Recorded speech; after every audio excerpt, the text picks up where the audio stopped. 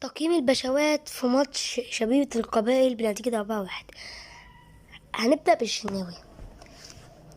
كفاية، مش عايز أتكلم. أنت قائد فباحترامك كفاية، يعني كفاية خلاص. شوبيه خد فرصة. محمد هاني 5/10. مش وحش، مش أحسن حاجة، بس في أحسن يا هاني. ياسر إبراهيم انت هديك 5/10، مش عشان الجول. انت الجول مالكش ذنب فيه، بس انت في الماتش ذات نفسك 5/10 حلو قوي عليك. ياسين معي احسن مدافع في الاهلي في الفترة الحالية، اديله 6.5/10 وممكن تعلى ل7. كوكا 3/10. ما شفتش اي افادة، ما شفتش اي حاجة. مروان عطية 8/10 بجد. مروان عطية بيثبت ان مستوى جامد جدا ولازم يكمل على المستوى ده. ديانج برضه 8/10 ونفس المستوى. مروان عطية ثنائية جامدة جدا بجد.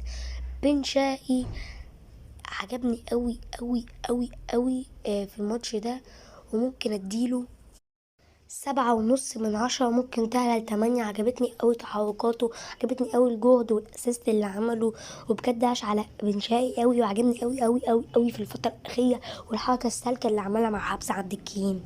زيزو هديله 5/10 عشان الاسيست بس هو في الماتش ذات نفسه ما عجبنيش خالص، وحاسس ان هو عنده افضل من كده بكتير، ودي مش احسن حاجة لزيزو.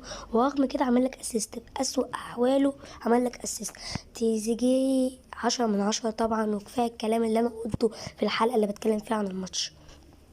محمد شريف هديله النهاردة 6.5/10 عشان الجول بس واللمسة الحلوة، وان الجول جامد جدا من سواء تمية بن شرقي والفينش بتاع محمد شريف. كل الجول على بعضه كده عاجبني بصراحة.